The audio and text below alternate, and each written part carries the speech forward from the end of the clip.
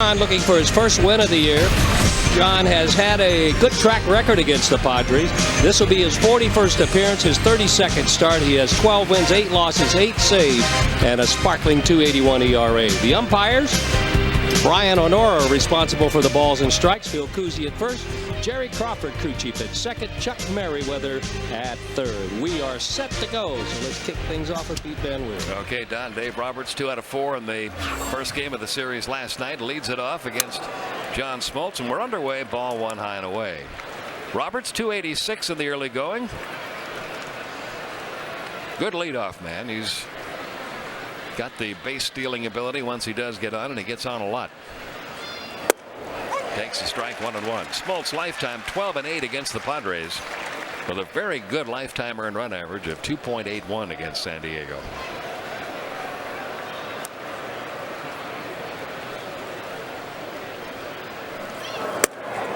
If Roberts is on your team, one of the things you like about him too, and especially as a leadoff hitter, you very seldom see him making an out on the first pitch. He forces the pitchers to see a lot. He's always in the top 15 or so with pitches seen per at bat. And he'll see at least 5 in this at bat. 2 balls, 2 strikes. I think we forget what that help that is to the guys hitting behind you too. You can pretty much go through a pitcher's repertoire with 1 at bat if you have a good at bat and make him throw a lot of pitches.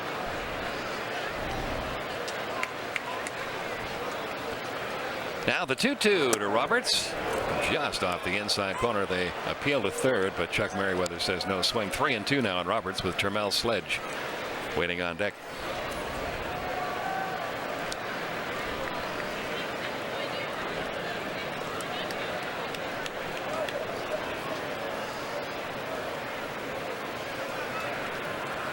Here's the payoff now to Roberts, and he got him. Threw him a breaking ball to record the strikeout. The defense sparkled last night. Let's check him out. It's the same one in left field. Ryan Langerhans in center. Andrew Jones, Jeff Francoeur in right. Joined in the infield by Wilson Betemit, Edgar Renteria, Marcus Giles, Adam LaRoche, Brian McCann behind the plate, and you've had a look at John Smoltz. Betemit's another guy who's made a ton of good defensive plays since he took over for Chipper Jones. Termel Sledge 1 for 5 in last night's game. Takes a breaking ball strike outside corner. If John Smoltz has that strikeout pitch working tonight, keep an eye on it, because he is 7 strikeouts away from Bob Feller and 23rd place on the all-time list.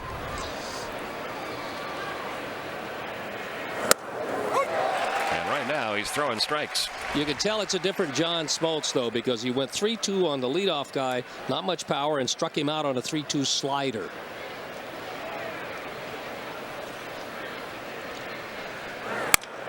Little bouncing ball, easy play for Adam LaRoche. Smoltz covering, 2 down. I know one thing John was looking forward to very much was pitching in some warmer weather. That cold, damp weather out on the West Coast really bothered him. Said he couldn't get a good feel for the ball, especially early in the game. I was looking forward to talking in some warmer weather. There's that strikeout list, and look how close Warren Spahn is too. He's only 8 strikeouts away. So pretty impressive names to join there. That to me was always the fun part. If you see a guy chasing a record, is not so much the numbers, but the names are alongside. Oh yeah. Here's Brian Giles now. He had a couple of hits last night, 2 out of 4. 1 ball, no strikes. Here's another guy that always ranks in the top 5 with pitches seen per at bat.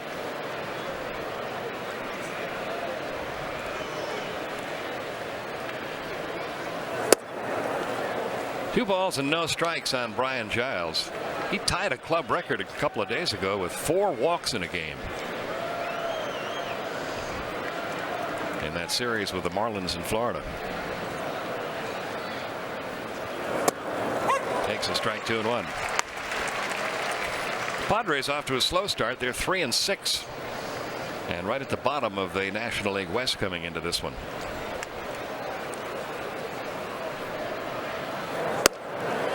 Ball 3 to Brian Giles.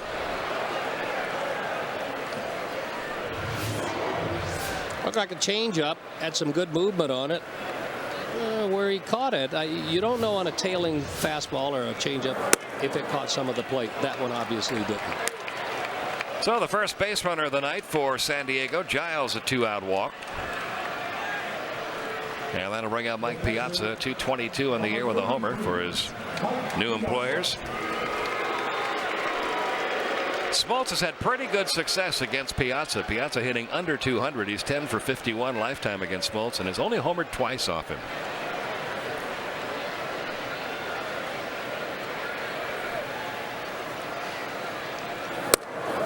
There's a strike 0-1.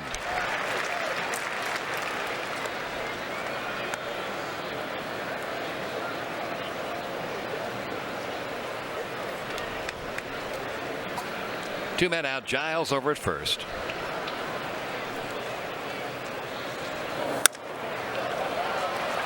LaRoche or his brother Marcus. LaRoche tries but couldn't quite connect, and the ball foul by inches. No balls, 2 strikes. One of the things you see from Piazza, and it happens to everybody, as he's gotten a little bit older, he can still rat-a-tat you to right center field if you leave the ball out over the plate. But the bat is just a click or two slower on above average fastballs. So Smoltz has Piazza in an 0-2 hole here. Mike Piazza now 37 years old.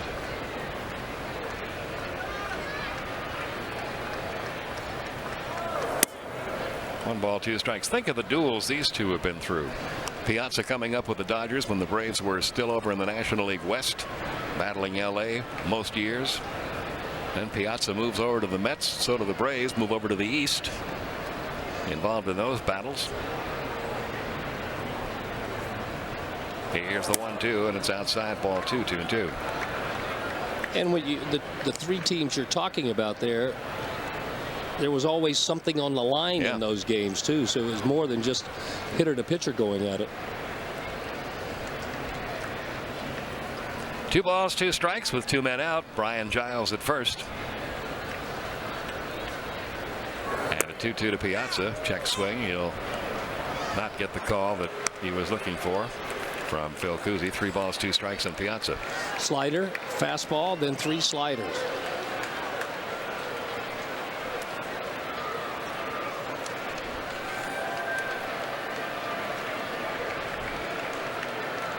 Brian Giles will be on the move here.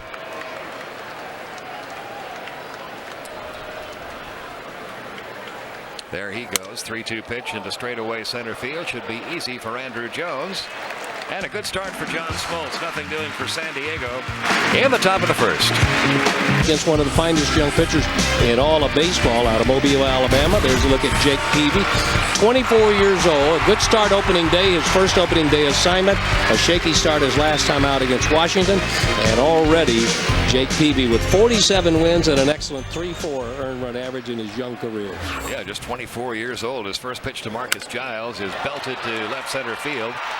Sledge and Roberts converging. Who wants it? Confusion out there. Collision out there. They both called for it. And nobody backed off. But Sledge able to hang on. I don't know if nobody was yelling or nobody was listening. Easier play for Roberts. Why? Because the glove's on his right hand. Sledge has to cross over. And it looked like right there Roberts was calling for it. Under it. But when those two play, Sledge is going to jump center. Took advantage of the height advantage. So 1 away here in the bottom of the first. Now Edgar Renteria, who's hit safely in every Braves game, an 11-game hitting streak. And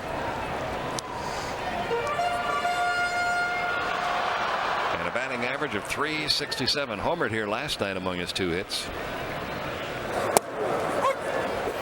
1 ball, 1 strike.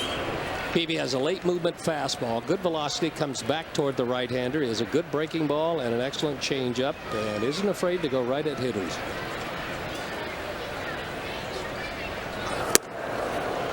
Got him to chase. 1 ball, 2 strikes.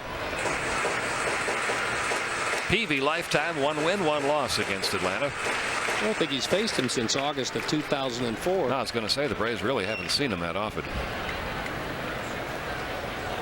1-2 on the way, a little bit low. 2 balls, 2 strikes. That ball game was a funny game. He came out after 7, having given up 1 run with the lead, and I think the game eventually ended up 11-6 San Diego. Now a 2-2 pitch to Renteria, and the breaking ball misses. Full count. Ryan Langer hands waiting on deck. Braves trying to win their second game in a row for the first time this year. They haven't put together back-to-back wins yet. Here's the payoff pitch. And Renteria stays alive. Boy, he is able to wait, isn't he? On a breaking ball or an off-speed pitch, about as good as any hitter that you'll ever see. Well, doesn't commit too soon. And what causes that is he doesn't really get a big stride. He picks that front foot up, puts it right back down. Down the right field line, foul. Long run for Gonzalez. Giles coming over. So is Barfield. Nobody will get there. Well, he's hitting .367, but a lot of that climb in batting average is due to what he's done with 2 strikes. How about last year? He hit .198 all year long. Early this year, he's hitting .300 with 2 strikes on him. That's a very high mark with 2 strikes.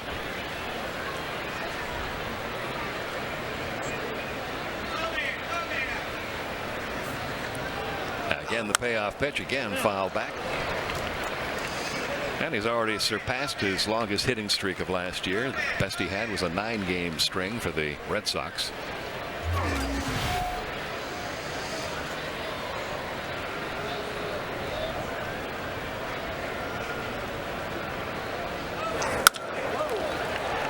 Castilla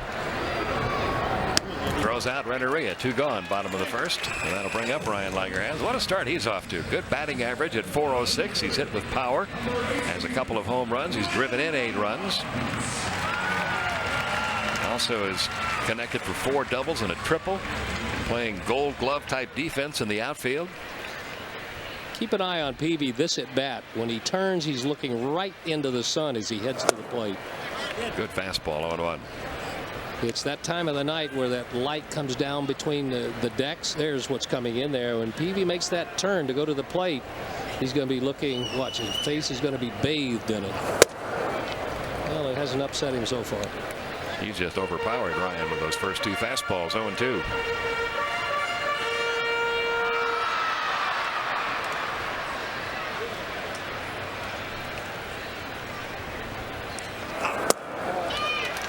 One, two, three go the Braves. 1, 2, 3 goes Langerhans. No score after 1. A pretty good spread they've got laid out there. There's some good grub here at Turner Field.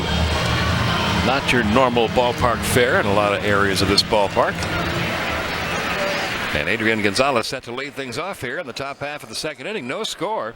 Gonzalez, Khalil Green, and Vinny Castilla do up against Smoltz. Gonzalez 1 for 4 last night. Off to a good start. .361. Former #1 draft pick of the Marlins back in 2000. In fact, he was the first player chosen in that 2000 draft.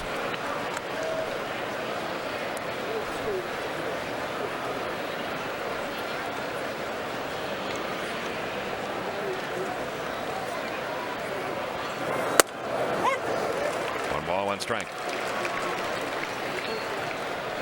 He was over with the Texas Rangers organization and wasn't going to be able to move himself into the first base position there with Mark Teixeira. So he became available. Downstairs, 2-1. And the timing is just right, too, because Ryan Klesko is going to be out for quite a while. Ryan had surgery. So they were ready for a youngster to step in and play first base. Outside corner, 2-2. Mets got beat today, finally. That long winning streak of 7 in a row ending. The Milwaukee Brewers behind Tomooka beat the Mets 8-2. Fouled off. The Braves are going to have a lot of games with the Mets starting Monday in a very short period of time. They've got 3 games in New York, Monday, Tuesday, and Wednesday of next week. Then when the Braves get home, they'll have 3 games with New York. And then when they go on the road the next time, they have 3 more games with New York. 9 games with New York between April 17th and May 7th. 2 trips to New York in 2 weeks, huh? Yep. 3-2 on Gonzalez. Just There's Khalil Green waiting. Just pack 1 bag and leave it there. You could. You could.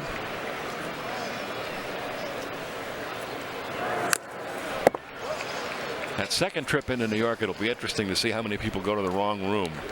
Yeah, with that because you're going to have it. It's going to be right in the back of your mind that you stayed on the 14th floor or whatever.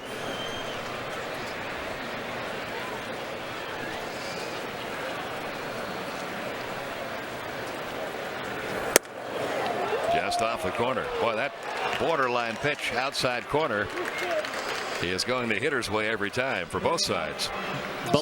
Second walk given up by Smoltz. From thigh down, it's going hitters, but when you get it up around the belt, he's calling the pitch in favor of John Smoltz and Jake Peavy. Here's Khalil Green now 0 for 3 last night. The batting average down to 229, but good power numbers with 4 homers and 10 RBIs for Green, the former Clemson star. There's a strike. John Thompson tomorrow afternoon against Woody Williams as we wrap up the homestand. And then Monday night in New York, Jorge Sosa faces Pedro Martinez in the opening of that series with the Mets.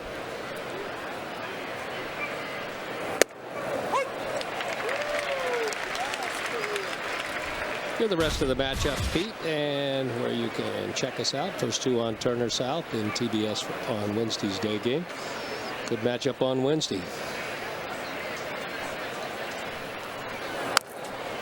Interesting. It's early in the year. This is only 2 weeks into the season, but interesting to look at the leaderboard in the National League. The ERA leader, one Greg Maddux, and tied for number 2 in the league, one Tom Glavine. There they are again. Maddux and Glavine atop the ERA list. Down on strikes, Khalil Green. There's 2 strikeouts for Smoltz. And he inches closer to Bob Feller and Warren Spahn, and that'll bring up Vinny Castilla, 281 in the early going with a homer and 5 RBIs. Smoltz has also had good success with Castilla, who's got good power numbers throughout his career, but he's never homered off Smoltz. And just a 222 lifetime average in 45 at bats. He's seen a ton of sliders from Smoltz too. Like that one. Nothing in 1. Interesting to look at the way the defense is playing Vinny Castilla. Very seldom we'll see him played this way with the center fielder shaded toward right center. But he hit a couple of balls that way last night.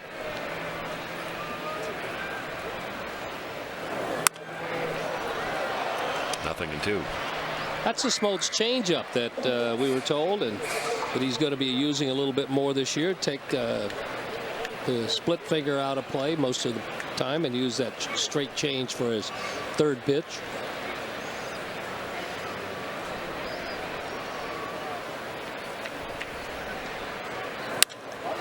Into left center field, not too far to go for Andrew Jones. He makes the running grab. Back to first, Adrian Gonzalez, 2 men gone. That'll bring up Josh Barfield. Yeah, Smoltz made the decision going into spring training this year that he was going to eliminate that split finger pitch from his repertoire. That was, he felt, the pitch that was causing the most stress and strain on his elbow. And so he went to work this spring with fastball, slider, changeup. Josh Barfield right at 200, the son of former Major League outfielder Jesse Barfield, who played for Bobby Cox with the Toronto Blue Jays when Bobby managed there. He was a tough out. Boy, a good outfielder with a terrific arm. Josh, a middle infielder, who really is kind of a year ahead of schedule. They didn't really think he was going to step in and make this ball club this year on an everyday level, but he had a great spring, and they really had no choice. That's hit sharply toward short. Renteria, nice backhanded grab, lost his balance on the throw, but still got it there. And that's out number 3. Nothing doing for San Diego again. Still no score. 264,000, or just go online at AtlantaBraves.com. You can buy tickets there. Andrew Jones 1 for 4 last night, 295 on the year. And what's the problem here? Brian O'Nora's got something in his eye. I don't think he wanted a catcher who's got a mitt on one hand and a batting glove on the other, tampering around with it. So Also, Jim Lovell is out. I wonder if that's a contact or just something in his eye. you know, how about if you're the hitter though, and you see you got the umpire there who's having trouble with his eye? How about if you're a pitcher? Either way, huh? This looks like just a little something, maybe a bug or something got in there. Yeah. Hope you're not squeamish. I knew a guy. When you grow up in the country and you play country baseball, anything goes, right? You know, you're playing in cow pastures and all that stuff. I knew a guy down where I grew up in Northwest Florida that had an umpire he knew was going to umpire and he didn't like him. So he took a sardine can, opened it up on one of those hot Sunday afternoons and just rubbed the oil all around the back of his neck. You can imagine what that attracted for that whole ball game that afternoon. Needless to say, he didn't get many calls from the umpire. Now we're set to go. Outside corner, 0-1. Andrew, 295 for the year. He has 3 homers. He has 15 runs driven in.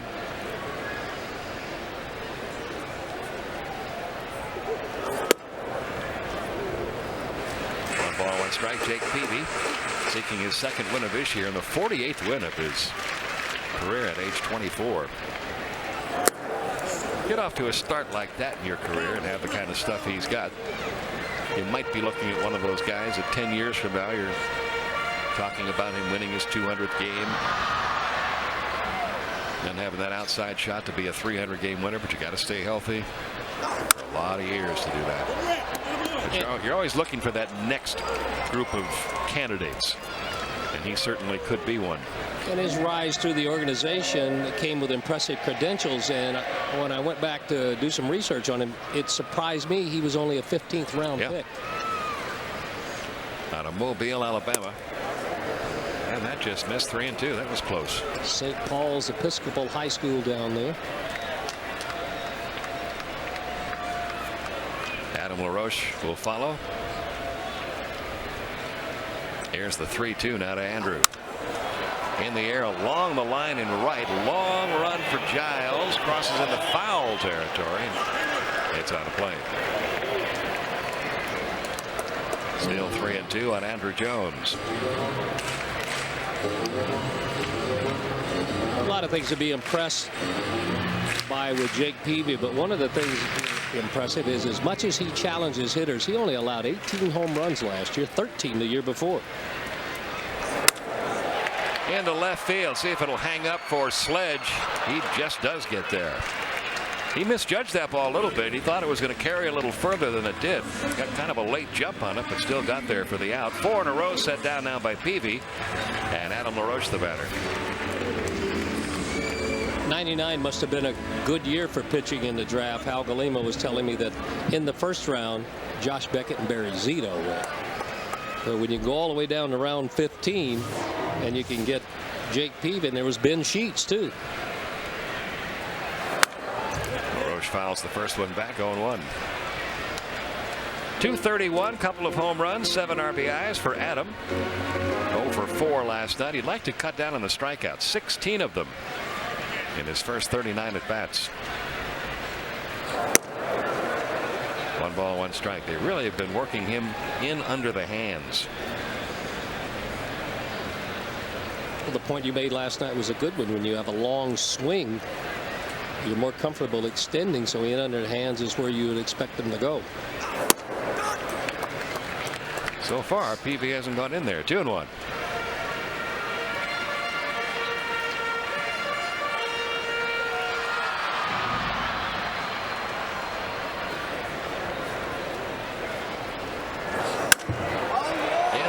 Deep left, back goes Sledge, still going, warning track, wall, it's gone.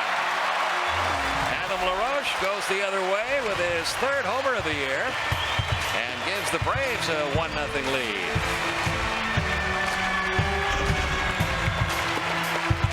Adam had a couple of home runs that very first series against the Dodgers. Now he strikes against the Padres. Well, there's that extension we were talking about, and Peavy shook to get that pitch, and it looked like a changeup that he got under, tailed away from LaRoche right into his swing just below the letters. So another Atlanta home run. Braves have now hit 20 home runs. This is their 12th game of the year. And speaking of home run swings, here's a guy who's hit 3 of them in the last 2 games, Jeff Francoeur. And the game winner last night, is batting average up to 200 now after that horrible start with 3 homers and 6 RBIs.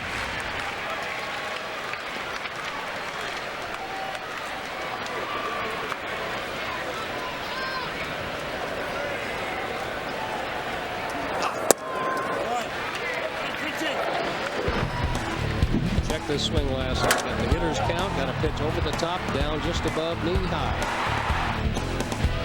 Just skimmed the top of the wall. 1 ball, 2 strikes. Well, Bobby Cox talking about Jeff Francoeur prior to the game tonight. One of the things he loves about him is his attitude coming to the ballpark every day. Even when he was in that slump, he said he comes to the ballpark with a very positive attitude, full of life, pumps a lot of energy into the ball club every day. Bobby likes that in a player.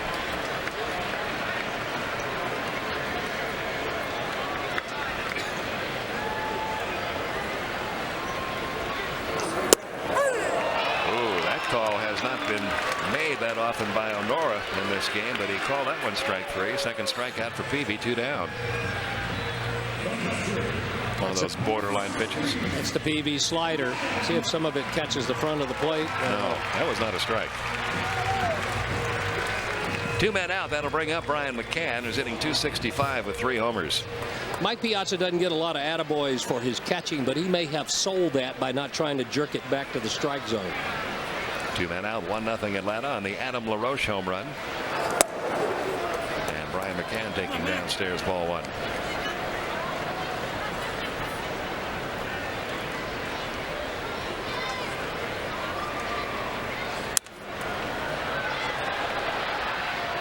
Heard an interview on the radio driving home last night with Brian McCann talking about the pride he takes in his catching and how much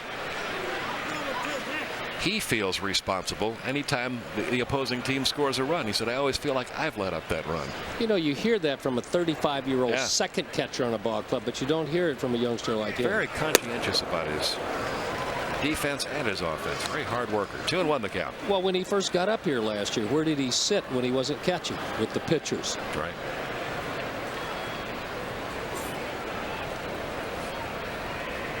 Here's the 2-1 to McCann. That's hit high in the air to straightaway center. Dave Roberts camping under it out there. And that'll do it for Atlanta in the second. The Braves take the lead on the Adam LaRoche home run. 1-0 and into the third. There, the Braves have struck first. That hasn't happened very often this year. Braves have usually dug themselves into a little bit of a hole and had to dig themselves out, but it's 1-0. As we head to the top half of the third, pitcher Jake Peavy will start things. Even with the Adam LaRoche home run in the first 2 innings of the season, Braves have been outscored 33-12. With a 1-0 lead tonight. Peavy 0 for 3 in the year. About a 150 or so hitter in his career. 0-2.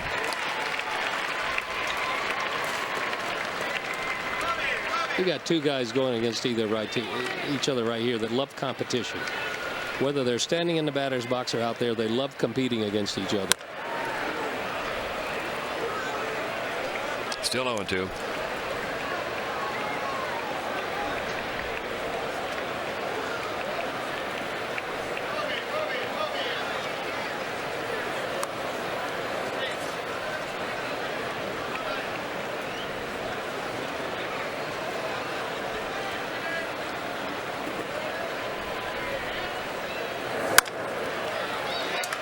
Be a long throw for Renteria, and he can't come up with it cleanly. That'll be a base hit for Peavy. Peavy's a good athlete who runs hard, so it wouldn't have been an automatic play. And when that ball didn't pop right into the glove of Edgar Renteria, had to go far to his right side. They were shading Peavy toward the right side. Didn't get a good grip on it. Back to the top of the order now. Dave Roberts, a strikeout victim in the first inning. 1 of 2 on the evening for Smoltz. Trying to bunt that runner over. Good bunt. Better hurry. Smoltz underhand toss. Good play, John Smoltz. That's a very athletic play. A play some pitchers are not able to make. Peavy down to second on almost a bunt base hit by Roberts winds up being a sacrifice. And that's the only way you're going to make the play, is to glove it and toss it. You're not going to have time to make the transfer. Smoltz got a good flip. Nice job by LaRoche of hanging in there too. Watch where this ball comes up over Roberts' left shoulder. That is a good play. You'll see that one on a few highlight films. Termel Sledge grounded out to first, his first time up.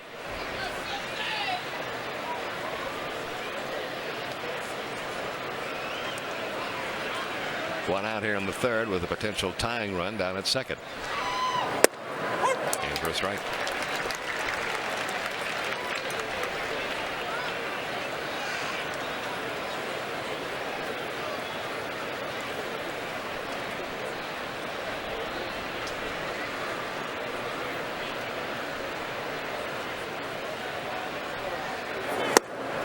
Nothing in two on Sledge, the former Washington National, Montreal Expo.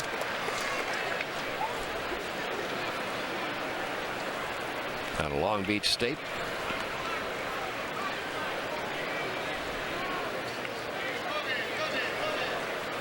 And in the hole here, 0-2. Just missed inside.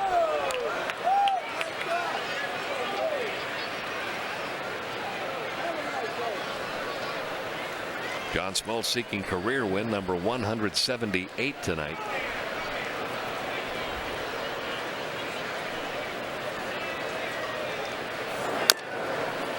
There's no doubt about the fact that Smoltz has been one of the dominant pitchers in baseball pretty much throughout his major league career.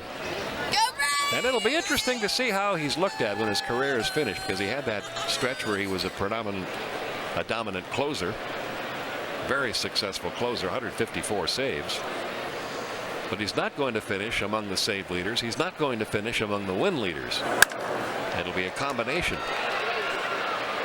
that may secure his fame.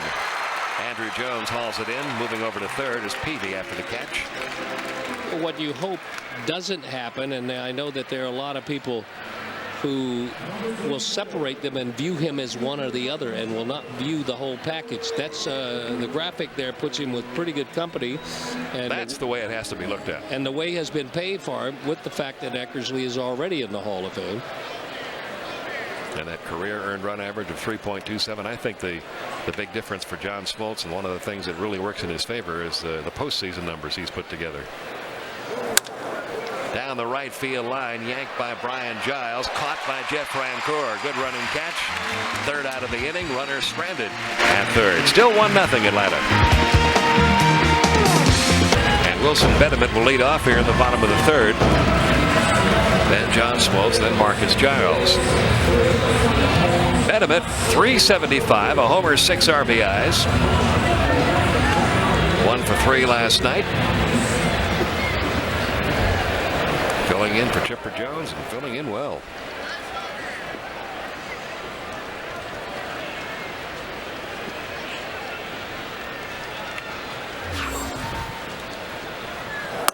Up high, ball one. Kind of peculiar, the recovery of Chipper Jones from that injury. He injured both the knee and the ankle. The ankle was the more seriously injured of the two, but that's much better now, and the knee is still a little bit bothersome.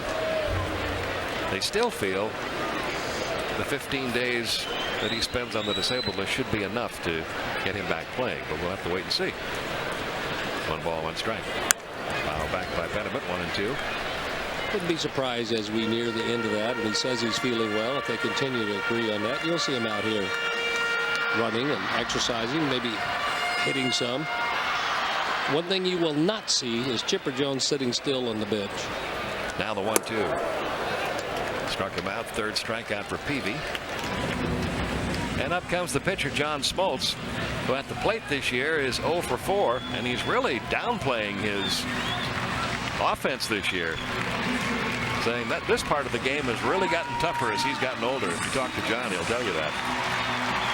And he's not making any predictions. He said, I'm going to grind it out. Those are the words he uses. I'm going to grind it out and just do the best I can. He said, but he used to be one of those guys that would put 12 hits or a 200 batting average or something like that as a goal for the year. He said nothing like that this year. Take a look at this batting stance of John Smoltz. One thing you can bank on, if he doesn't get any hits in April, he won't be using that in May. No. He'll change some batting. Yes, he will. He'll tell you that he's not putting any goals, but I'll guarantee you inside that mind of his there are some. He's just not letting anybody know what they are this year. 2-1 the count, 1 out. John's so competitive. I'll bet you he races his kids to finish breakfast.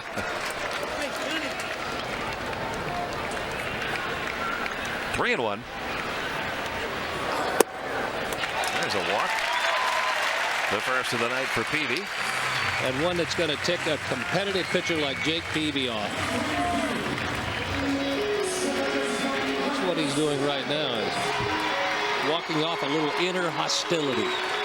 And back to the top of the order now, Marcus Giles. Marcus only 3 for 20 now in this homestand. His batting average has taken a little bit of a hit in the early part of the season, down to 214. 0 for 5 now in this series after flying out to left in the first inning. They've been throwing him a lot of fastballs between the belt and the Braves. Marcus has a little bit of a built-in uppercut swing, a little inside-out swing, and they've been riding the ball up on him. 1 man out, Smoltz at first, short lead over there.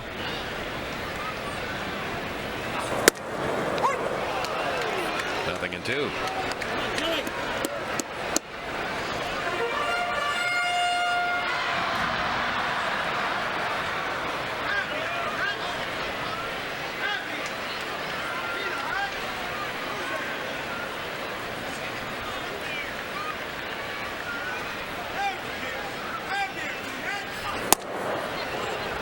One ball, 2 strikes to Marcus.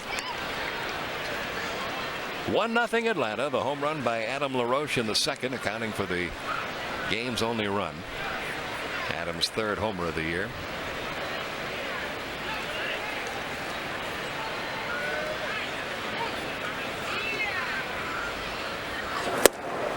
Down on strikes Giles. 4th strikeout for Peavy. And Jake Peavy fans and people who have followed him shouldn't be surprised with that, because Jake Peavy is one of the toughest in the league when he gets 2 strikes on you. For the last 2 years, that's what they're hitting against him once you get 2 strikes. 139. And you know, when you think of double-digit strikeout games, you think of names like Randy Johnson that come to mind, but he's already had 10 of those in his brief career. Struck out 13 in 1 game against the Dodgers last year.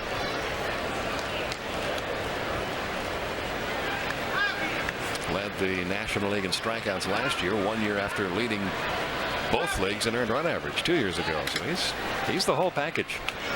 Renteria grounded out to 3rd. First time up. Into right field. That's a 12-game hitting streak. See how far Smoltz can go. He'll stop at 2nd. And Renteria with a base hit in his 12th straight game. Hit number 2 off Peavy. Isn't that Renteria for you, though? You leave the ball out where he can handle it, he's going to bang on it. Sometimes you get one in on his fist, that inside-out swing. Only one hand on the bat. He muscles it into the right side. You're going to defense him one side or the other. You'll give him the left side, but you'll try to protect the right side.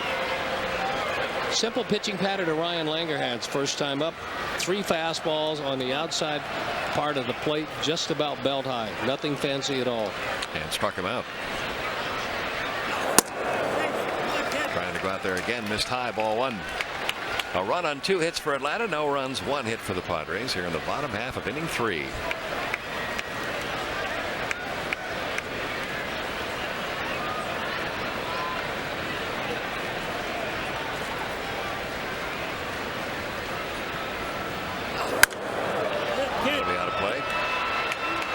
Strike.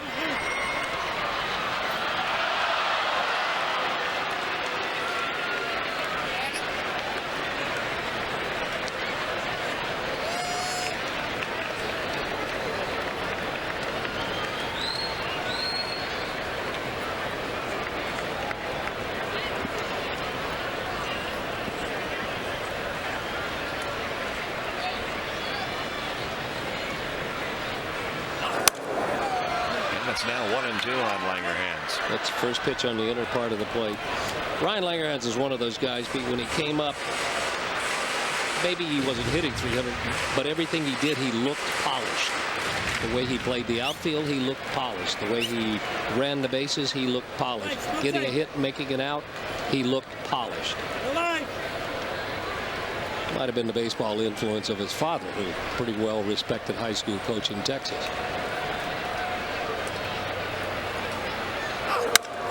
Toward third, diving stop. Castilla to second, close but in time. Vinny Castilla with a force on Renteria, and that's all for Atlanta in the third. They strand a pair and still lead 1-0.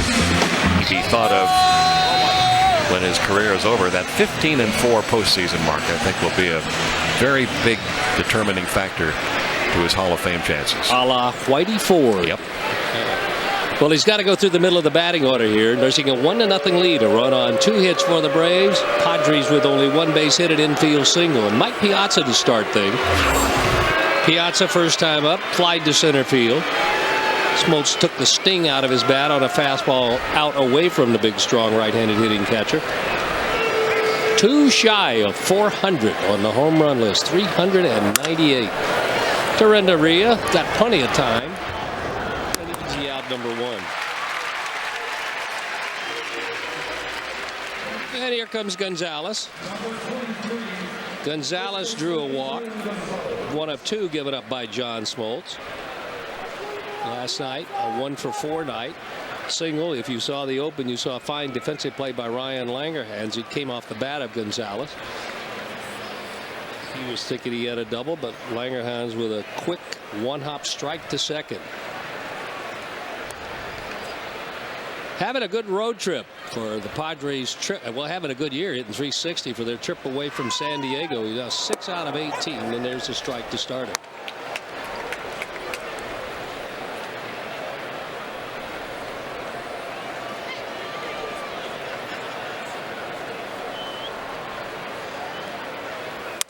Out of play. Really doesn't look like a pull hitter when you watch him. He looks like an inside-out swing.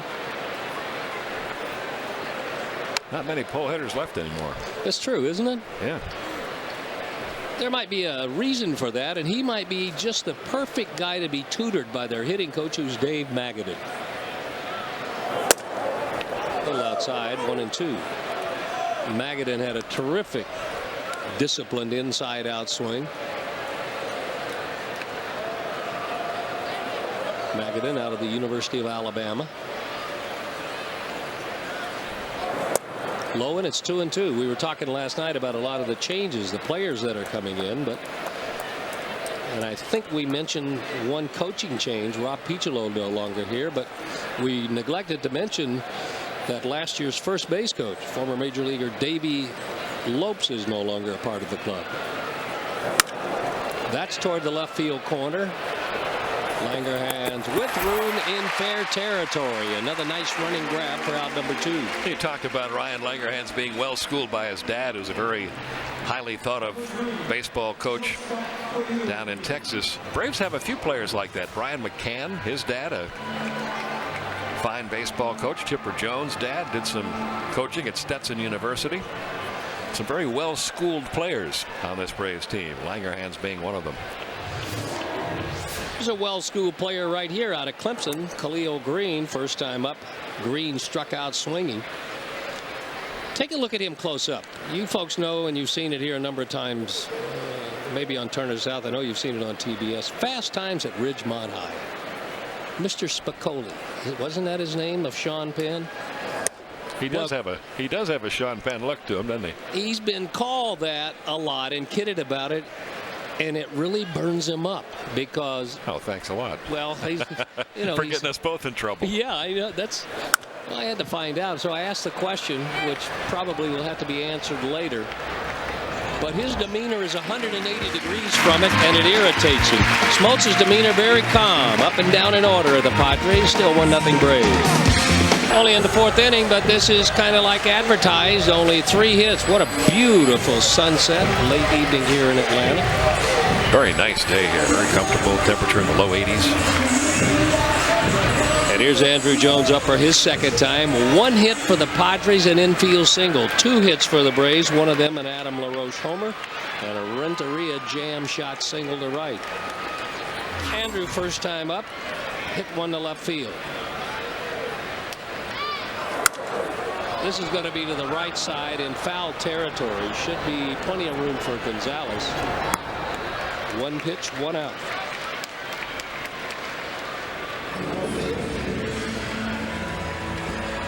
And here is the aforementioned Adam LaRoche. Jake Peavy shook off a couple of signs his last at bat. Ended up throwing a changeup that was flat and about belt high. And away. And away, that's right. And we were just talking just prior to that about it. Seems like the scouting report now on Adam LaRoche has come in on him. Let's see if there's an adjustment by the Padres.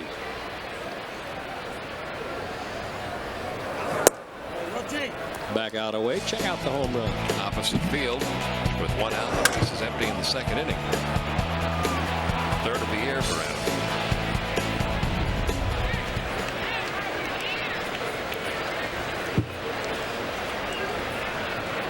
Final game of the series tomorrow afternoon.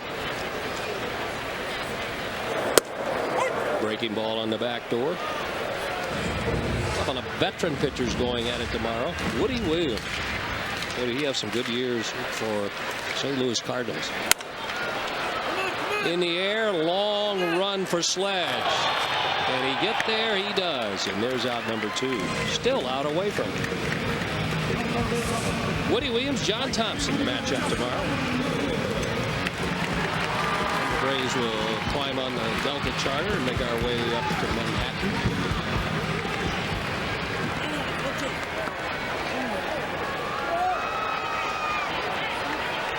And here's Jeff Francoeur. Struck out looking. That doesn't happen very often. In the dirt for ball one. These two guys, Peavy and Francoeur, have struck up a friendship, and it's a very good and serious friendship. They played with each other in the WBC, got to know each other. A couple of the younger guys. To third. That's a bad place to hit it. Vinny can still pick it. And like Smoltz, Peavy up and down in order in the fourth. To the fifth we go. To the fifth inning we go. 1-0. Smoltz holding a lead. It'll be Castilla, Barfield, and then Jake Peavy due up for the Padres. Only 3 hits in the ballgame. Vinny Castilla flied to center his first time. He's going to do it again. Can Andruw Jones get to it? Diving grab. Let's see what the call is. It's another good Andruw Jones play for out number one. Hard to get a ball to drop in front of Andruw. He's very, very good at this. We've seen this over and over and over again throughout his career. He plays fairly shallow to begin with, gets very good jumps, and not afraid to leave his feet. That means that Josh Barfield will hit with one out. First time up, he rolled to short. The play that forced Gonzalez. First pitch swinging, 0-1.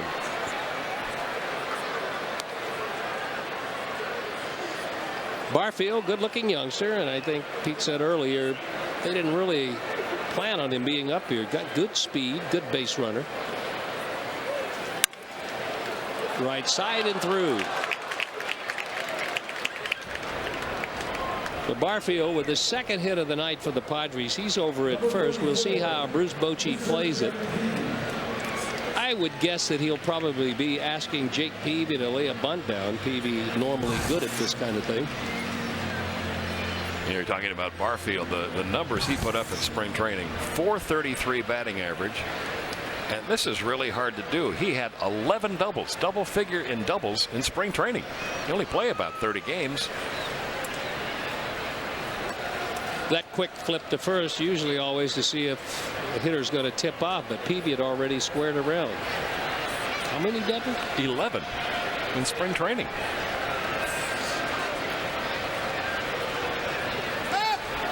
We're going to play a little hit and run, and the throw won't get him.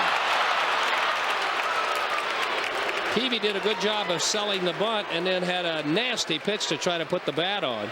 It'll be a stolen base for Barfield. That's his first of the year. Gets a good jump. Not that bad a throw by McCann, just a tad late. Well, it was off a little bit to the third base side on second look. Renteria had to come back to try to apply the tag, and he couldn't quite get there. Tried to sell it with a swipe tag. Now Peavy's bunting. And that's a foul ball for strike 2. And you just see McCann try to sell that. Oh, yeah. That ball was foul. See, he does. Peavy knew it, but McCann fielded it and then immediately moved into fair territory to try to get the call. He does things that somebody 22 years old shouldn't be doing. Watch where he fields this and then watch where he goes immediately. Right into fair territory. Ready to throw to first in case, just in case, he's able to convince the umpire that it was a fair ball. Hammered to left center field. I don't know if Andrew Jones is going to get to this one. Yes, he does. And that's not real good base running by Barfield. What another terrific play by Andrew Jones. Yeah, normally with a veteran player at second base, you say horrible base running, but I'm going to give a pass to Barfield this time because he's never seen a center fielder like Andrew Jones. He's not used to seeing balls like that run down by center fielders. There's a guy sitting in that Padre dugout that has, though, and had a lot of good things to say about Andrew. And the guy says, you get another look, the guy in the dugout is Mike Cameron. Cameron can go get him, too. But if you're a young player, your instinct's going to tell you to take off on a ball hit like that. Because you don't see in the minor leagues many guys go and catch that ball. That'll break Dave Roberts up for his 3rd time. Second officially laid down a sacrifice bunt and ball 1 to start him. Now, if it happens to him again, then you say, yeah, bad base running. But You've sold me. We'll give Barfield a pass for that first time. You make a good case. I'll buy it. Roberts hovering around the 275 mark. That's going to get out of play. Ball and a strike. You know, you never know what kind of things a young player is going to encounter when he first gets to the major leagues. We had a player when I was in the minor leagues at Tidewater, an outfielder named Bruce Beauclair. Very, very good defensive outfielder. He got up to the New York Mets the first year, and the first couple of times he played in the outfield at Shea Stadium, he had a horrible time. Come to find out, he had never played in a stadium with more than one level before. The ball got up there in that second, third, and fourth deck at Shea Stadium with the white shirts and all, and he had a heck of a time adjusting to that at first. Sometimes you don't think about things like that. That's a fair ball. Roberts thought it was going to kick foul. So the Padres are turned away again. No runs, a hit, and 1 left. It's going to be McCann to start things. Betterment will follow, and then John Smoltz. Everybody spending that whole break congratulating Andrew for a couple of terrific plays. McCann a fly to center. 0 for 1 at 257.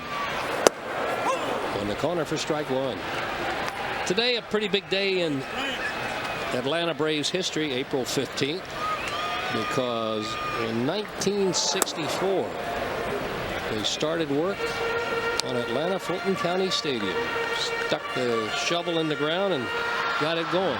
And by the way, that stadium then costs less than A-Rod is going to make this year. I believe it was $18 million. 1-2.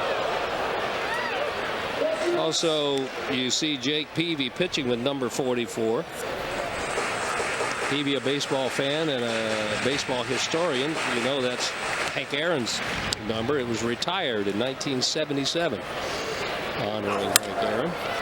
That's the left field where awaits Termel Sledge, and there's out number 1.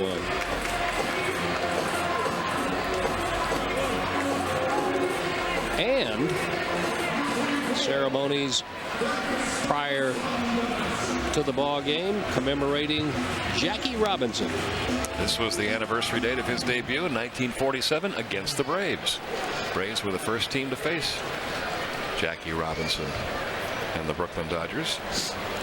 And Wilson Betterman up for at bat number 2. The pitch misses outside for ball 1. Johnny Sane, who was a very familiar name even to Atlanta Braves fans because of the number of times Leo Mazzoni used to refer to him. Johnny Sane was the opening day pitcher against Jackie Robinson that day back in 1947. Spawn and Sane and play for rain. That's the way it went back in those days. Back to the screen, 1-1. You know, Jackie Robinson earned a lot of respect and courage, and certainly paved the way for a lot of folks who would never have gotten a chance to play Major League.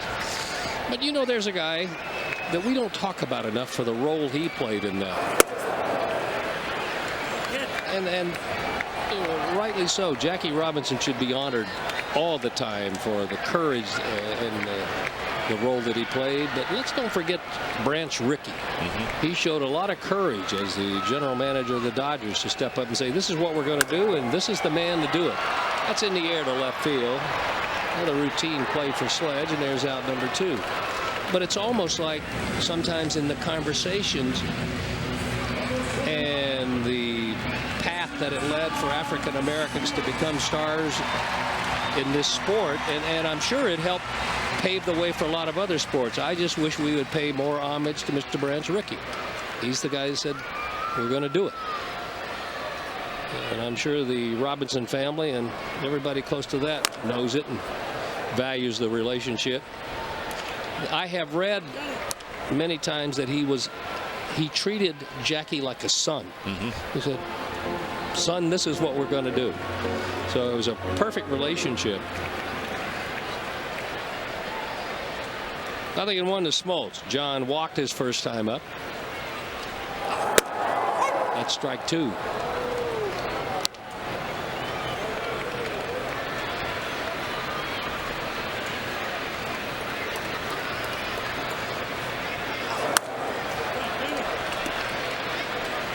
And a survival swing by Smoltz there.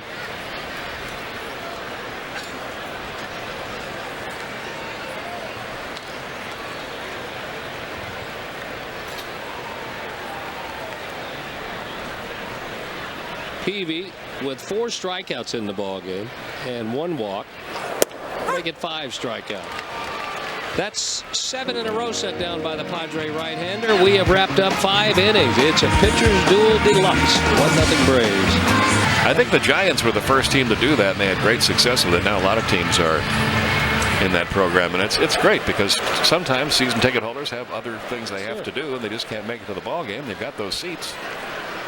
Couple of lines there you would expect from 2 quality pitchers, and here we head to the 6th inning. John Smoltz facing Terrell Sledge. He's shut him down twice. Once on a roller to first with Smoltz on the coverage, and then a fly ball to center field. Slow start for the young outfielder, hitting only 200. A long run for Langerhans. And another play that he makes look routine for out number 1. So Sledge is down. That'll bring up Brian Giles. Walked his first time up.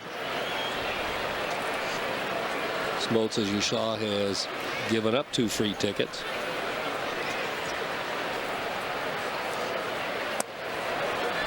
Below the strike zone for ball 1. Giles is one of those guys that could be hitting .259 and have an on-base percentage of well over .400 because of those walks.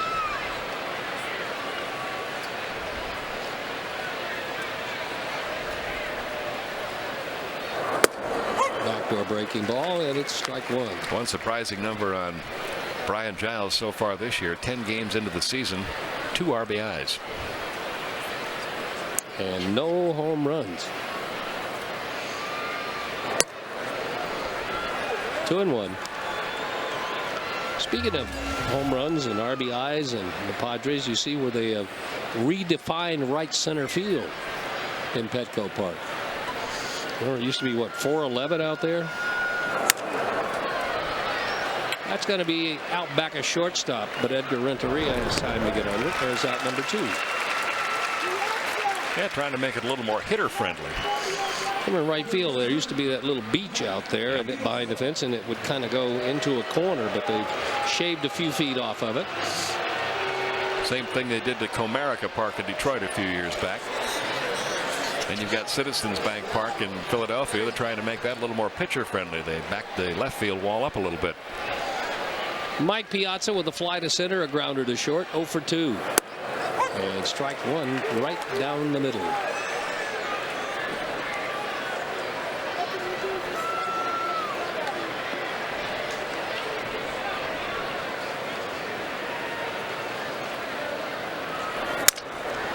That'll cost him some lumber, I think. Pete and I were talking last night. We were both somewhat surprised that Piazza would end up as a Padre. I know there were rumors talking about Kevin Towers wanting him early in the winter, but Piazza played in New York, played in Miami for a while. What did they do? Send him out the wrong bat? Looks that way. Number 33. And his home is now down the lower east coast of Florida. They sent him out the number 38. That's the Scott Linebrink model. He didn't want that one. No. Got some long balls in it, but the other direction. Little inside, and I swear Brian O'Nora almost threw the right hand in the air. Well, let's take a second look. Watch his right shoulder. Yeah, almost. No. Little flinch there. 2-2. Little flinch.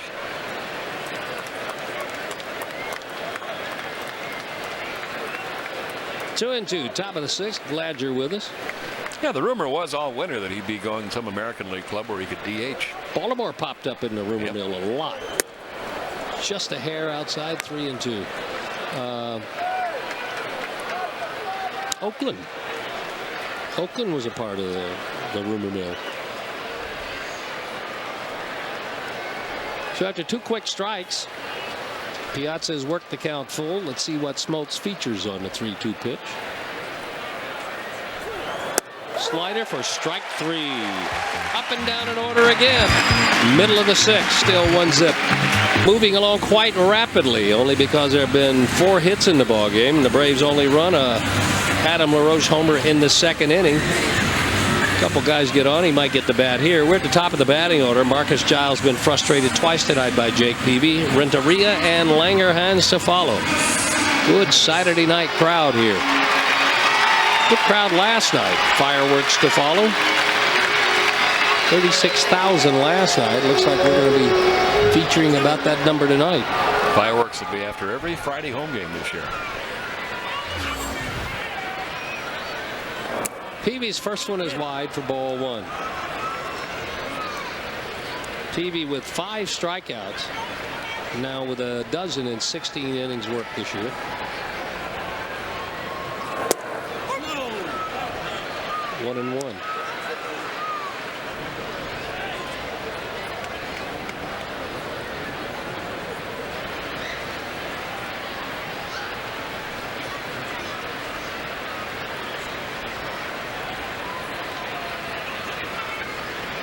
Peavy, a very strong-willed pitcher. That's why don't be surprised when you watch his games. You see him shaking off to get the pitch he wants to throw. That's up and away, 2-1.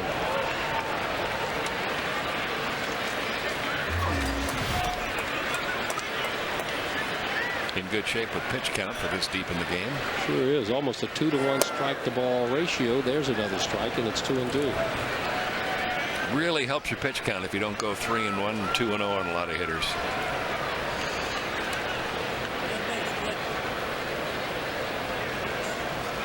I don't think he can see the signs. Remember, this is something we've seen a lot of the out-of-town pitchers encounter because the field is backlighted. There are no lights in the outfield, so you don't get anything shining in to take the shadow away.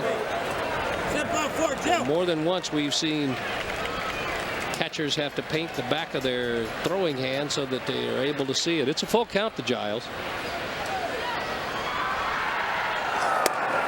Got him on the outside corner.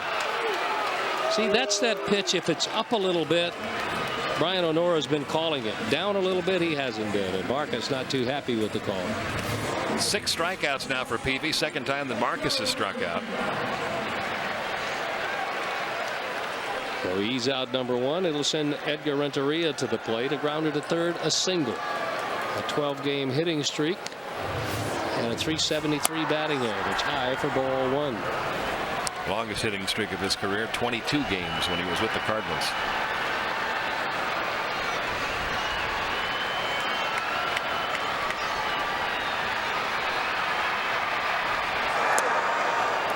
Good changeup from Peavy. 1-1. Very seldom do you find a player when he is traded to a ball club, if you're on the new ball club and you go ask people at the places he's been, very seldom do you find unanimous approval. Here's strike 2. But that is the case with Edgar Renteria. From Tony La Russa to all the coaches to all the players everywhere where he's been, unanimous approval. 2-2.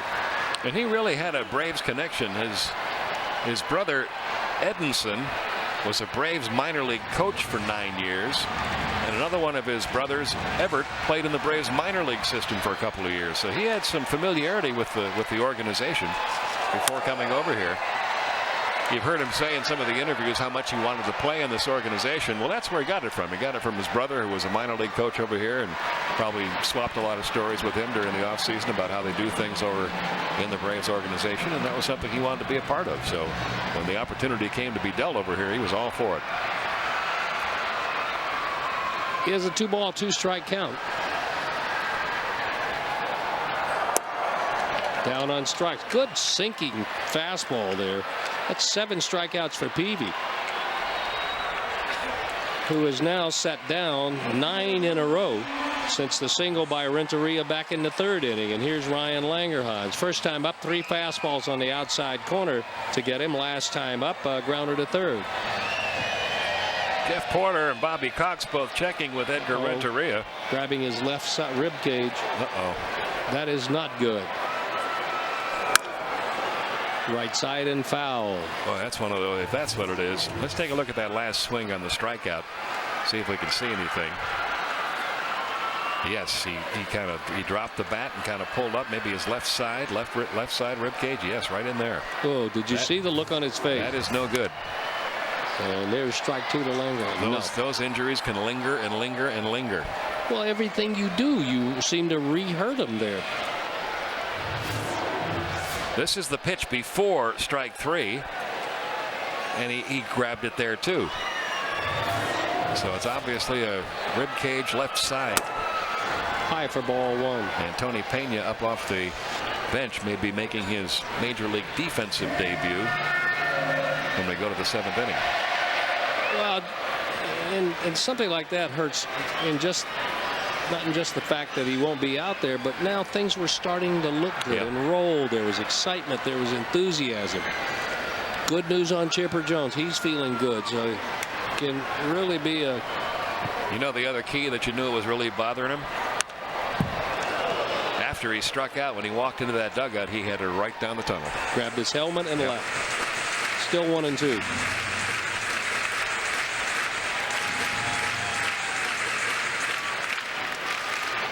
There's young Tony Pena, son of the former major league catcher and manager, now a coach with the Yankees, Tony Pena Sr. He can play some defense. He's a very, very good defensive shortstop. Question is, will he hit enough to stay in the major leagues? Marcus Giles going over the signs on who's going to cover and how they're going to play defense up the middle. Still 1-2. That's to left center field and hammered, but Dave Roberts' defense perfectly will retreat and gather it in. 10 in a row set down by Jake Peavy, but the Braves are still on top, 1-0. Well, there's Marcus Giles getting him ready. Hey, got a heartbeat? Let me check your pulse. Come on, check it. Very exciting moment. Very exciting moment. 25 years old, getting a chance now to show what he can do in the big leagues. He pinch ran. That's the only other game he got into. Now Tony Pena Jr. and in shortstop. Adrian Gonzalez leads off the 7th. He's walked. He's flying to left. Now the play 0-1.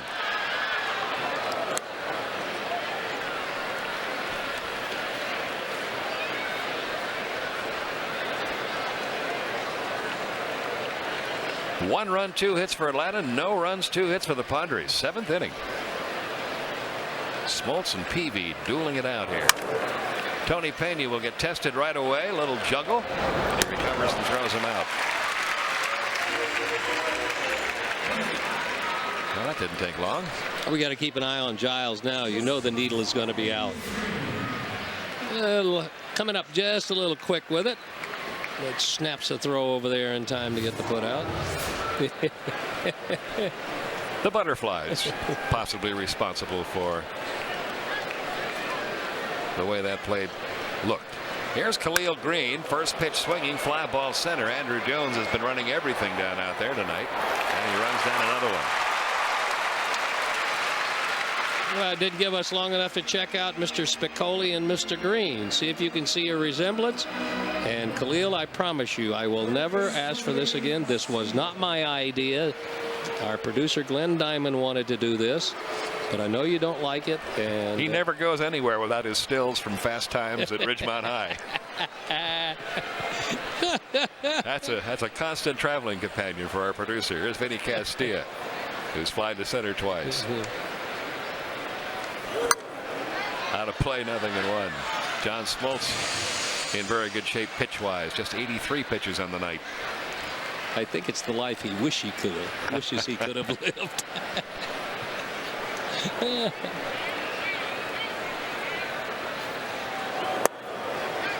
One ball, one strike on Vinny Castilla. Andrew Jones tonight. 1, 2, 3, 4, 5, 6 putouts in center field, including 2 on Castilla and a couple of terrific plays. In the air. This will be number 7. And it's a 1-2-3 top half of the 7th inning for John Smoltz. He's retired 8 in a row. 1-0 Atlanta in the bottom half of the 7th inning. Andrew Jones, Adam LaRoche, and Jeff Francoeur due up against Jake Peavy. He was retired 10 in a row. He has 7 strikeouts tonight. Andrew Jones 0 for 2. He's fly to left and fouled out to first.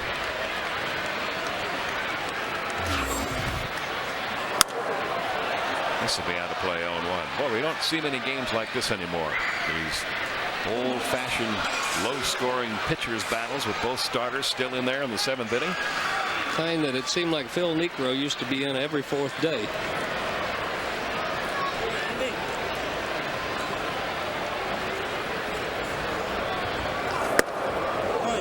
One ball, one strike.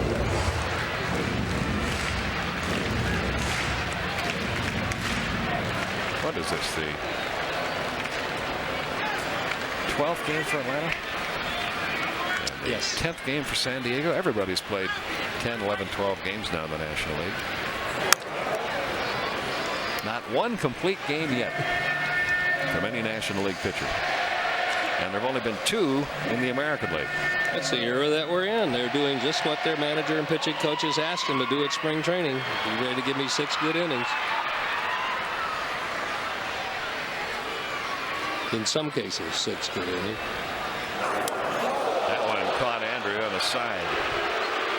Caught him pretty good, too. I hope it was the side and not the elbow. Jim Lovell coming out to take a look.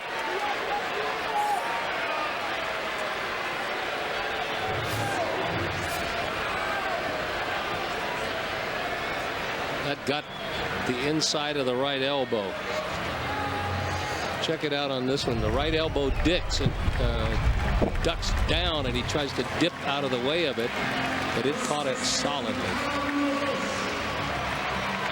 And that hurt. So that string of 10 straight ends as Peavy hits a batter, and now Adam LaRoche, who accounted for the only run with a homer, back in the 2nd inning, and flied out to left in the 4th. His homer was a left field shot.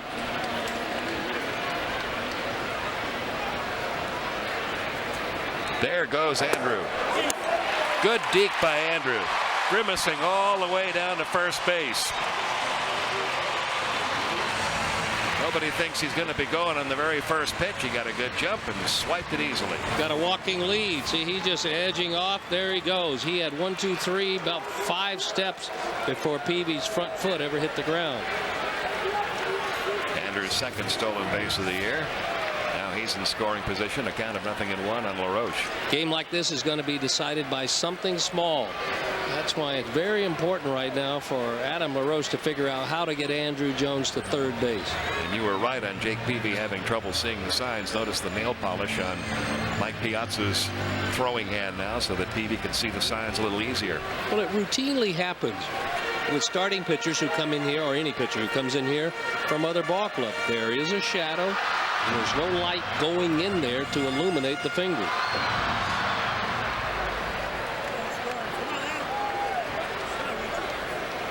Goes well with his Padre uniform. It's a good color.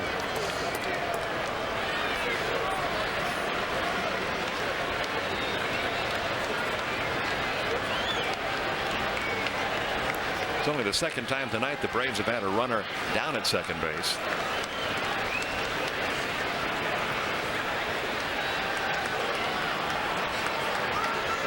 And Piazza and Peavy finally get together on the pitch they want here.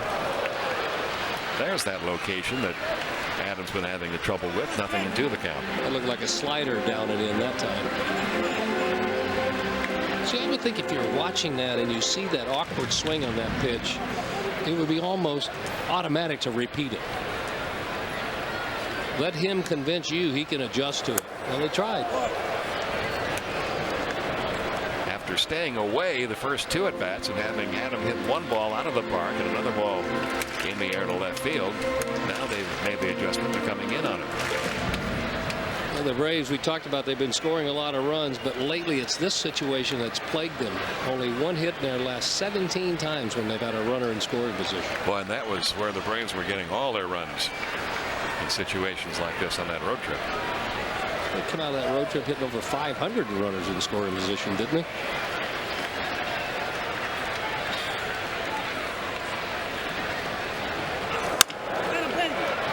Trying to pull the ball on the ground, get that runner over, and couldn't keep it fair. When you know a guy is going to do that, that is to try to pull the ball left-handed hitter, you can steal a strike. Requires a little courage to do it. But throw the ball in there, take a little off of it. If he's deliberately trying to pull it, there's no way he can keep it fair.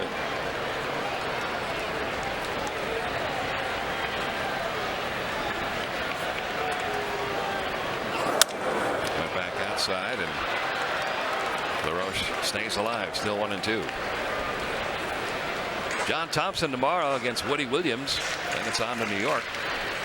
Jorge Sosa, Pedro Martinez hook up at Shea Stadium on Monday night. Trying to think with Jake Peavy here.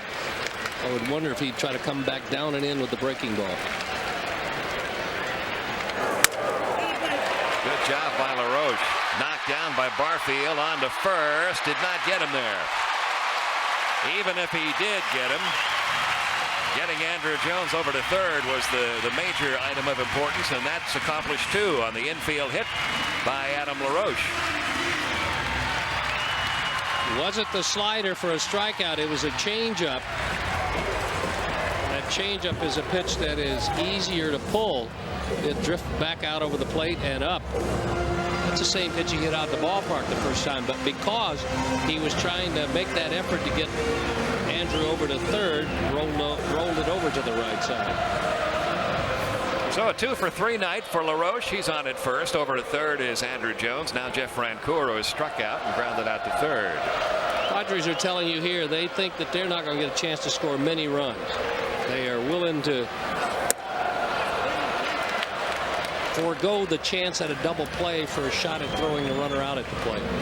Now, if you're Andrew, what you're normally taught in baseball is to take off on anything hit on the ground to force them not to try to make the double play. All bets might be off on that this time. And Bruce Bochy prepared for these games at Turner Field. Turner Field notoriously has a fast infield. And you'll see a lot of managers when they play their infield in play them all the way in. Right. Bochy's playing them about 2/3 of the way in, knowing that the ball will get to them just as quickly on this fast surface. 1-1 pitch. 2-1 on Francoeur. I think if I were Andrew Jones now, like I said, you're taught to go on contact at this situation if you're at third. If the ball's hit at one of those infielders, I don't think I'd go. Because the way they're configured now, they can't turn a double play.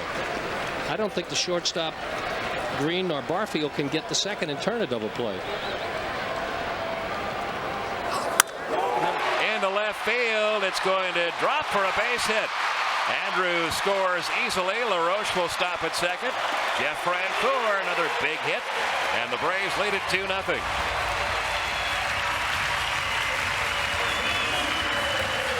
RBI number 7 of the year for Francoeur.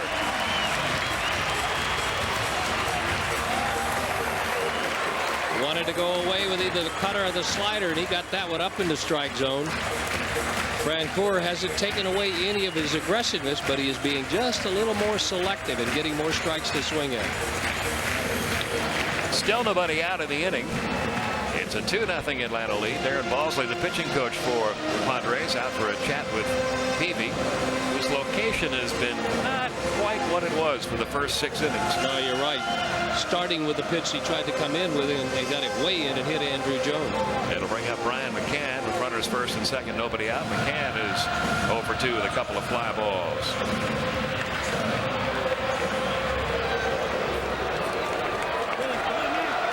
Braves trying to get back to the 500 mark with their second straight win, trying to win 2 in a row for the first time this year. Up now 2-0. You butt him over here with McCann? You might. Well, swinging fly ball right center. Giles tagging at second is LaRoche. He will come on over to third. Tagging at first, Francoeur. Throw to second. Francoeur in safely. Good base running. Very good base running. It's almost routine on a ball hit out to right center like that for the runner at second to move over, but not often do you see the runner at first move up too. I think that's going to force Bruce Bochy, Jake Peavy to maybe intentionally walk Wilson Betterman. And go after John Smoltz instead. Mike Piazza looking over into the Padre dugout, and then he looked over to the on-deck circle. Just to see who was there. To see if it was Smoltz or a pinch hitter. The appeal went to first that Francoeur might have left too soon. No, that call made by the plate umpire, Brian O'Nora, because the first base umpire, Phil Cousy, had to keep an eye on the outfielder and the ball in play. And O'Nora had slid to the right, so they had a good angle to watch both of them, and they are going to intentionally walk him. So this will load him up for Smoltz with 1 out, and the Braves up 2-0. Scott Cassidy has gotten up in the Padre bullpen. By the way, if you were watching the game last night, one of last night's pitchers out of the bullpen, Clay Hensley, won't be out there tonight. Bruce Bochy announcing after the game last night he's moving Hensley into the starting rotation in place of Dwan Brazelton, who has struggled in his first couple of starts. So the intentional walk, only the second walk of the night issued by Peavy, and now Smoltz a chance to help himself here. He has walked and struck out tonight. Now they're going to play double play depth at second and short, even with the bag at first and third. People might be wondering, would you squeeze with the pitcher here? But normally managers, that's not a good play with the bases loaded. Because you can get that bunt down, all the catcher has to do is pick it up and step on the plate. He's got a force play. Yeah, exactly. If you don't get it out there far enough. Strike one. And this is the kind of situation where if your pitcher is not going to get a hit or get it deep in the outfield, you would almost, if he's going to make it out by striking out. Because anything put in play on the ground is most likely going to end up as a double play. And what you really hope to avoid is a comebacker to the pitcher. The 0-1. Smoltz is squaring, taking a strike outside corner, 0-2. That was a safety squeeze. John was just going to try to drop it down third baseline for a base hit.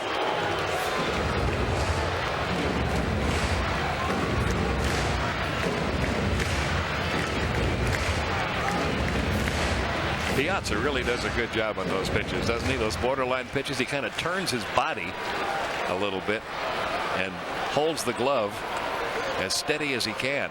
It doesn't try to steal. It almost looks like he's having to reach in to catch the ball.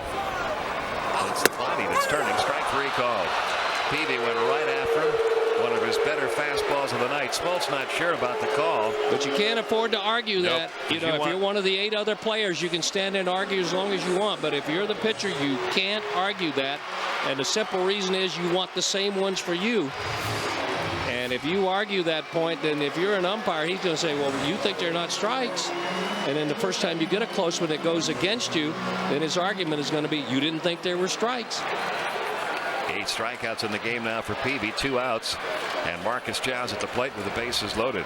Giles tonight 0 for 3. 0 for his 7 in the series. And 3 for his last 22. He's due. Into right center field. Roberts on the run. Diving catch in right center.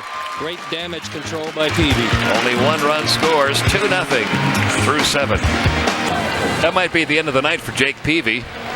111 pitches through 7 innings. We'll see if he comes back out there in the 8th. It's doubtful, though, with him due up second. Mark Bellhorn's already come out on deck, in fact, as Barfield fouls away the first pitch 0-1. So you've got Josh Barfield, Jesse's son. You've got Tony Pena Jr. You've got Adam LaRoche. You've got a lot of second-generation major leaguers out there in the field tonight. Barfield tonight 1 for 2. He had a single, stole a base back in the 5th.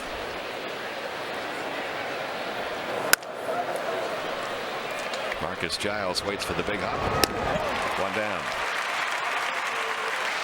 There was something happened on that play that just might go unnoticed by everybody else, but the Braves teach their pitchers on a ball back up the middle, if it is not routine and you can handle it, don't.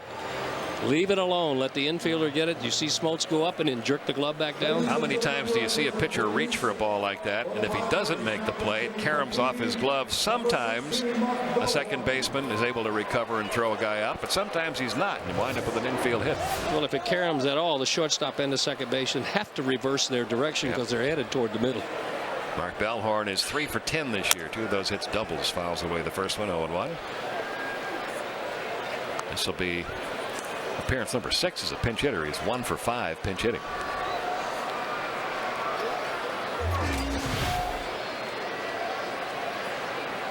Nine straight retired by Smoltz. Almost picked off Phil Cousy, the first base up, and it's 0-2.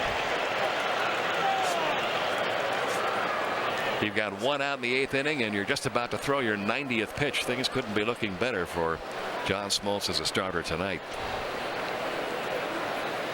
Now he has an extra run to play with, too.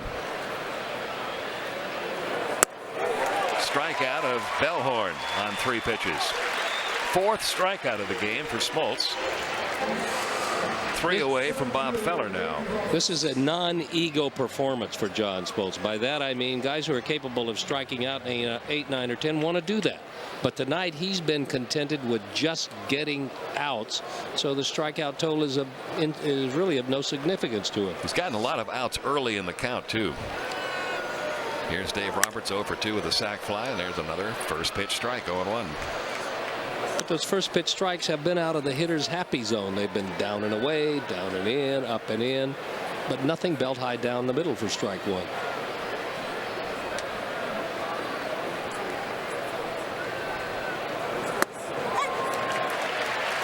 Nothing in 2. You talk to John Smoltz about pitching, and he will tell you for him it's all about rhythm, getting into a good rhythm.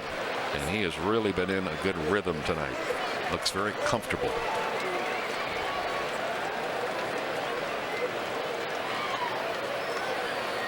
Back inside. In the left field, that'll fall for a base hit. John Smoltz watching him all the way down to the bag at first. Sometimes you make a pitch and the last thing in the world you expect to have happen happens, and you can't believe it. You just kind of follow that guy all the way down to first base. Well, Brian McCann wanted a strikeout pitch, a slider down and in. Smoltz wanted to repeat the backup fastball. Watch Smoltz turn and follow him down to first. How can you hit that ball out there? That ends a string of 10 straight retired by Smoltz. It's only the 3rd hit of the game for the Padres. And here's Termel Sledge now 0 for 3 and 1 for 8 now in the series. Takes a strike, another first pitch strike. John gave up a lot of runs in his first 2 starts, partly because every time somebody got on base it seemed like there was a mistake and somebody got a hit. His first 2 ball games, teams were 8 for 16 against him with runners on. Tonight they're 0 for 8. He almost picked Dave Roberts off. That was not just a courtesy throw. Boy, he may have gotten him. I think his slide to the outside of the bag, see where he goes down and away. LaRoche looked like he just got the glove to him on the hip, but by then he'd already hit the bag. 0-2 on Sledge.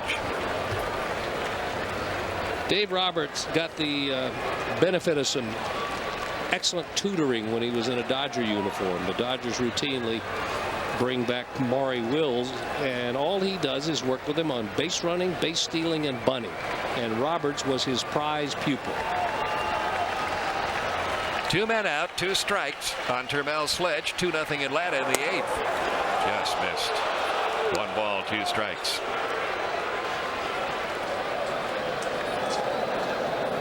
Kenny Ray up in the Atlanta bullpen.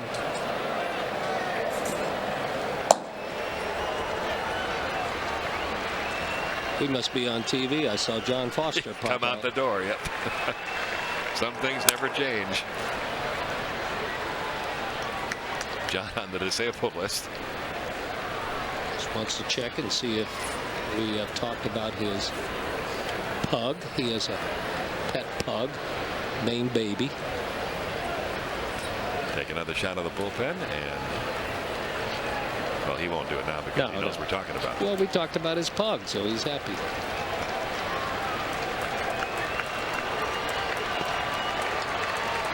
Two men out, and a 1-2 pitch now to Sledge. Right it to the second baseman, Marcus Giles. Out number 3. The shutout intact as we go to the bottom half of the 8th inning.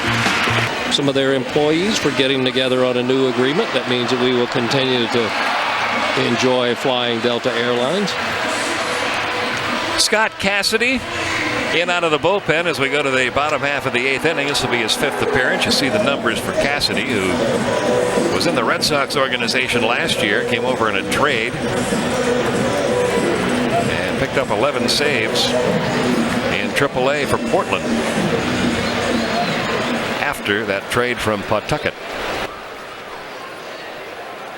And the first major league at bat for Tony Pena Jr. The numbers for Pena last year, he was hitting .286 when he was called up this year. He was 4-14. Come on, Tony. He takes ball 1. 25 years old, been working his way up the Braves minor league system. Bounces one to third. Castilla right at the bag.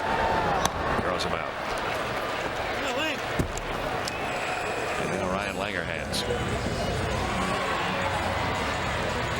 Looking ahead to the Padre ninth, Giles, Piazza, and Gonzalez, and watching John Smoltz as he headed into the dugout. You know Bobby Cox is going to come over and talk to you, how you feel, what's going on. I think John sneaked up the tunnel to try to avoid that conversation. Langerhans takes strike 1 from Scott Cassidy. He's out of Syracuse, New York, and played college ball at Lemoyne College. That's a small school in Syracuse, but they've had a lot of professional baseball players come out of that program. Inside, 1 ball, 1 strike.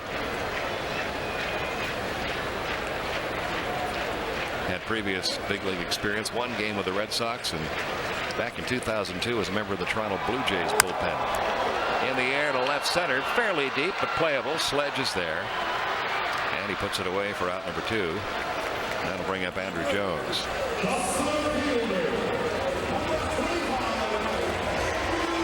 One of Andrew's fans looking on from out in left field.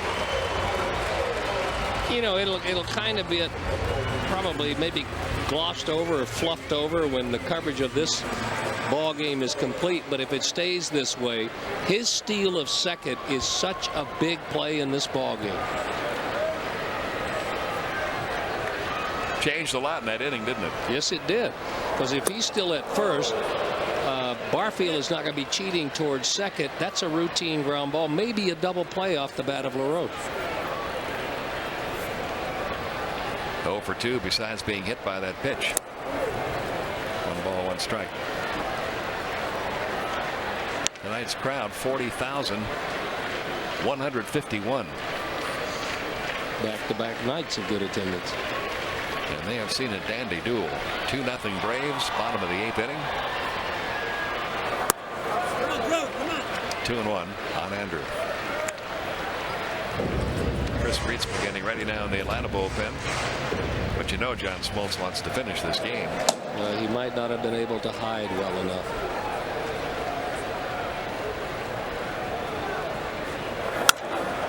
A mile in the air.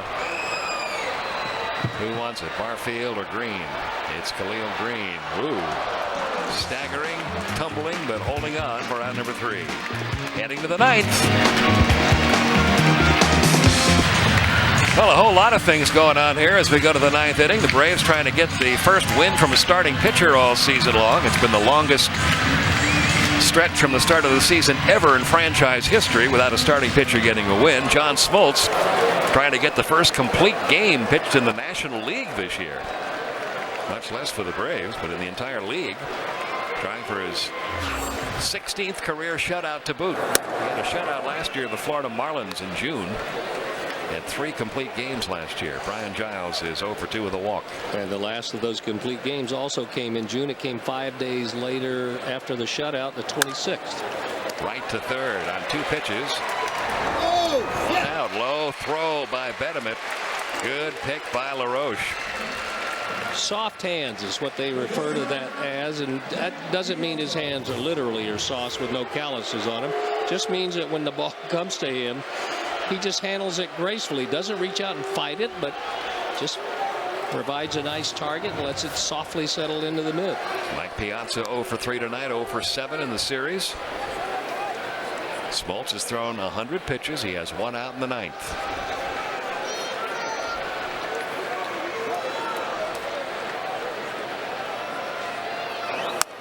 Fouled back by Piazza. Still plenty of life on that fastball.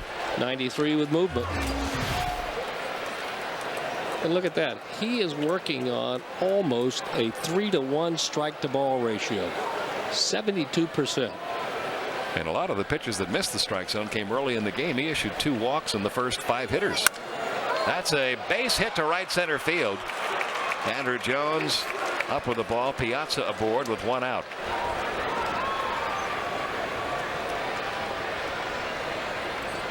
Only the 4th hit allowed by Smoltz. And it'll bring up Adrian Gonzalez. We're going to get a pinch runner. Rob Bowen, who is the 3rd string catcher on this Padre team, will pinch run for Piazza. And Adrian Gonzalez will hit. He's walked, he's flied to left, he's grounded out to short. You know what would make Tony Peña's day, making his major league debut in the field? Any game-ending double play? 4-6-3 double play. Him right in the middle of it. Wouldn't he love to be a part of that?